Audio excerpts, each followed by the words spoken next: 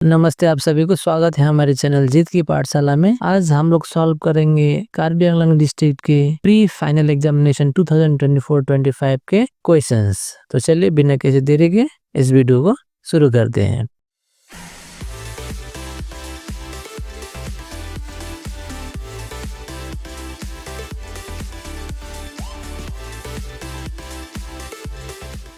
Question number 1 is the first active national struggle in all Indian perspective against the British policy. Option A sipahi mutiny, Swadeshi movement, non cooperative movement या फिर civil disobedience movement. इसका answer होगा option number A sipahi mutiny. Sipahi mutiny को ही first national struggle for India's independence कहा जाता है, यानी कि इंडिया को ब्रिटिश के हाथों से आजादी दिलाने का सबसे पहला जो स्ट्रगल था वो सिपाही म्यूटिनी था। क्वेश्चन नंबर 2 में the hidden purpose behind the partition of Bengal was. Partition of Bengal का हिडन एजेंडा क्या था? For a smooth administration, to decimate the Hindu Muslim unity, to enlarge the territory of Assam या फिर to make the territory of Bengal smaller. Partition of Bengal का hidden agenda जो था, हिंदू मुस्लिम जो unity था उसको तोड़ना था। तो आंसर होगा B, to decimate the Hindu Muslim unity. Question number 3, the editor of the journal Jugantar published in the time of Swadeshi movement was. Swadeshi movement के समय में जुगांतर जर्नल जो पब्लिश हुआ था उसके एडिटर कौन थे? ऑप्शन ए भूपेंद्र नाथ दत्ता, सुरेंद्रनाथ बैनर्जी, कृष्णा कुमार मित्रा या फिर अरविंद घोष। इसका आंसर होगा option number A Bhupendra Nath Dutta. Question number 4, statement 1, do or die gave the slogan by Mahatma Gandhi. Do or die यानी कि करो या मरो, जो स्लोगन था वो महात्मा गांधी जी ने दिया था। दूसरा दिया है Swaraj is my birth right, gave the slogan by Subhash Chandra Bose, और यह स्लोगन सुभाष चंद्र बोस जी ने दिया था। इसका आंसर होगा option number A, only statement 1 is true, यानी कि only do or die gave the slogan by Mahatma Gandhi, ये सही है। Mahatma Gandhi was away from active politics from 1922 to 1927 but worked for.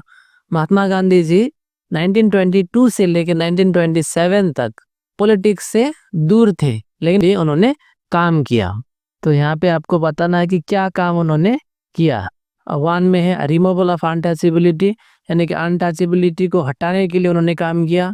Hindu Muslim unity के लिए काम किया। पॉपुलराइजिंग खादी, यानी कि खादी का बढ़ावा के लिए काम किया।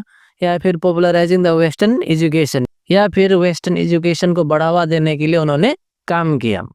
तो इसका आंसर होगा 1 2 3, लेकिन यहाँ पे ऑप्शन में कहीं पर भी 1 2 3 दिया ही नहीं है, यानी कि 3 ही ऑप्शन दिए हैं और एक ऑप्शन होना चाहिए जहाँ पे होना चाहिए 1 2 3 आर करेक्ट। देखते हैं question number 6, the name of the weekly magazine published by Mahatma Gandhi was. Mahatma Gandhi ji ने जो वीकली मैगजीन पब्लिश किया था उस मैगजीन का नाम क्या था? केसरी, हरिजन, जुगांतर या फिर अरुणोदय। तो इसका आंसर होगा option number B, Harijan. Question number 7, match the following. तो लेफ्ट साइड में दिया है sipahi mutiny, Phulaguri Dhawa, peasants revolt of Rangia, peasants revolt of Patharughat. Right side में ईयर दिए हैं 1894, 1893, 1861, 1857। इन सभी को क्या करना है? मैच करना है। सिपाही म्यूटिनी हुआ था 1857 में, फुलागुरी धावा 1861, पीजेंट्स रिवोल्ट ऑफ रंगिया था 1893 और peasants revolt of Patharughat 1894। तो इसका जो सही जवाब है होगा option number B. Question number 8, the revolt of 1857 fail in Assam. Revolt of 1857 Assam में फेल होने के मुख्य कारण क्या क्या है?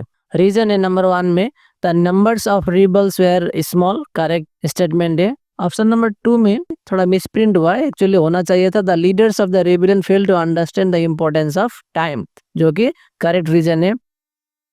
3 में दिया है the chief organiser of the revolt was far away from the scene of the revolt.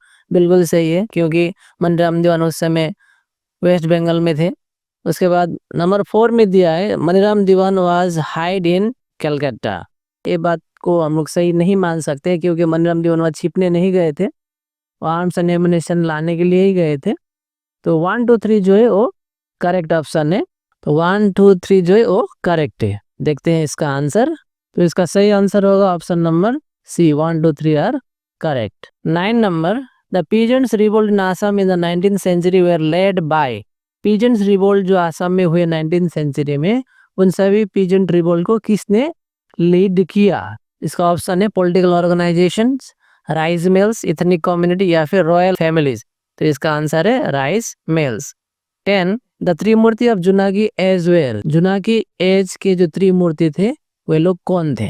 Number 1 में है आनंदराम ढेकियल फुकन, 2 में है हेमचंद्र गोस्वामी, 3 में है लक्ष्मीनाथ बेजबरुआ और 4 में है चंद्र कुमार अग्रवाला। तो इसका जो करेक्ट आंसर है वो होगा ऑप्शन नंबर बी, 2, 3, 4, यानी कि हेमचंद्र गोस्वामी, लक्ष्मीनाथ बेजबरुआ और Chandra Kumar Agarwala. Question number 11, the sole participant in the Dandi march from Assam was. Assam से डांडी मार्च में हिस्सा लेने वाले एक लौते व्यक्ति कौन थे? ऑप्शन में दिया है लीलाधर बोरुआ, नवीन चंद्र बरदोलय, विष्णुराम मेधी या फिर तरुण राम फुकन। इसका आंसर होगा लीलाधर बोरुआ।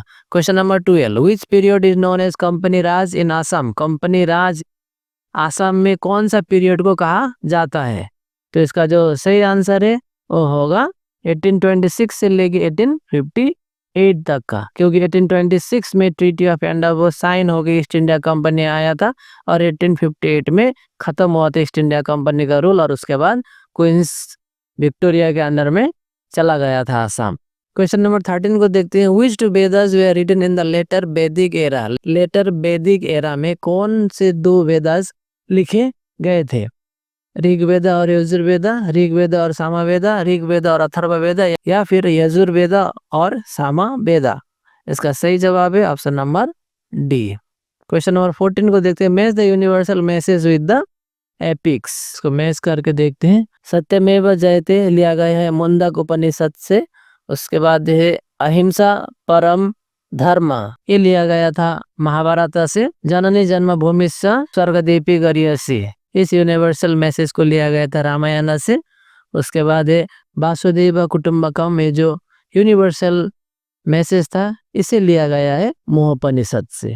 इसका जो करेक्ट आंसर है होगा ऑप्शन नंबर ए। क्वेश्चन नंबर 16, हस्ती विद्यार्णव वाज रिटन बाय। हस्ती विद्यार्णव किसने लिखा था? ऑप्शन है कौटिल्य, सुकुमार बरखित, उसके बाद दिया है भट्टदेव या फिर काल्हान।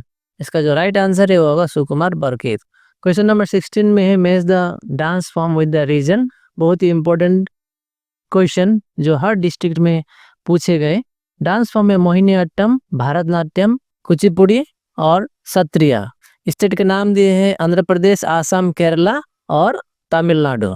तो मोहिनीअट्टम है केरला, भारतनाट्यम होगा तमिलनाडु, कुचिपुड़ी आंध्र प्रदेश और सत्रिया आसाम। तो इसका जो करेक्ट आंसर है होगा ऑप्शन नंबर बी।